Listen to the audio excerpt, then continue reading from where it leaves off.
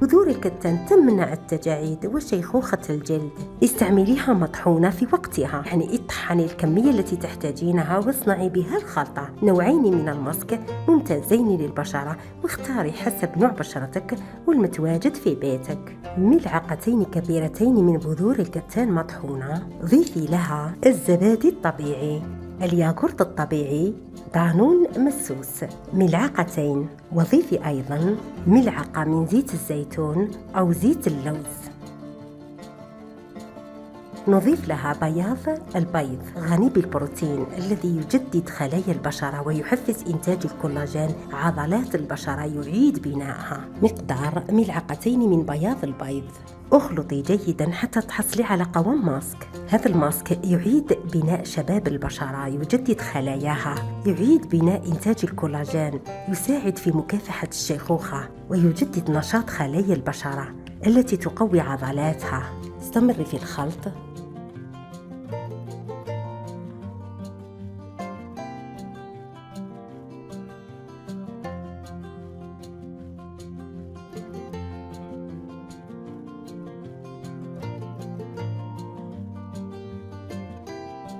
طبقي الماسك على الوجه يكون نظيف، على الرقبة أيضا.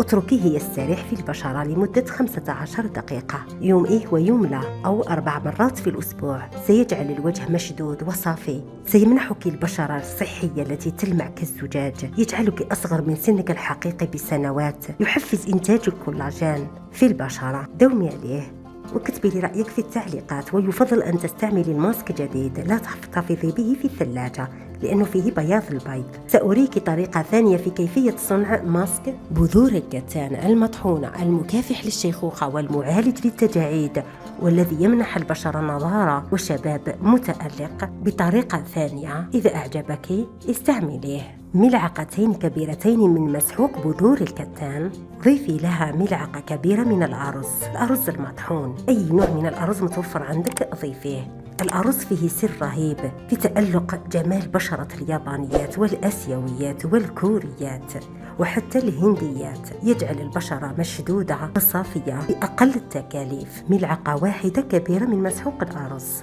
ضيفي الزبادي الطبيعي، ملعقتين كبيرتين يمكنك استبداله بالحليب. وضيفي ملعقة من العسل الطبيعي الأصلي.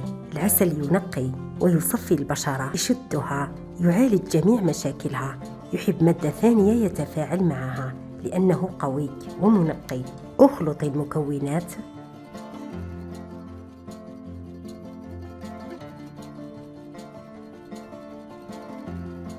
يطبق ماسك بذور الكتان والأرز على الوجه يكون نظيف، وعلى الرقبة يترك لمدة 20 دقيقة. قومي بإزالته بعد ذلك بالماء الفاتر، وأعيدي غسل الوجه بالماء البارد. رطبي البشرة بزيت اللوز الحلو أو أي مرطب خاص بالبشرة موجود عندك. دومي على هذا الماسك 3 مرات في الأسبوع، ستلاحظين نتيجة رائعة. ستجعل هذه الخلطة بشرتك مشدودة وصافية متألقة، تجعلك تظهرين أقل من سنك الحقيقي بسنوات طويلة. كذلك تفتح البشرة وتجعلها تلمع كالزجاج.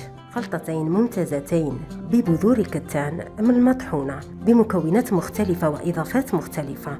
كل إنسانة تختار حسب نوع بشرتها والمتواجد في بيتها وتداوم عليه. إذا بشرتك دهنية يمكنك إضافة قطرات من عصير ليمون حامض. جربيها ودومي عليها، ومن الأفضل أن تستعمليها جديدة. وكتبي لي رأيك في التعليقات.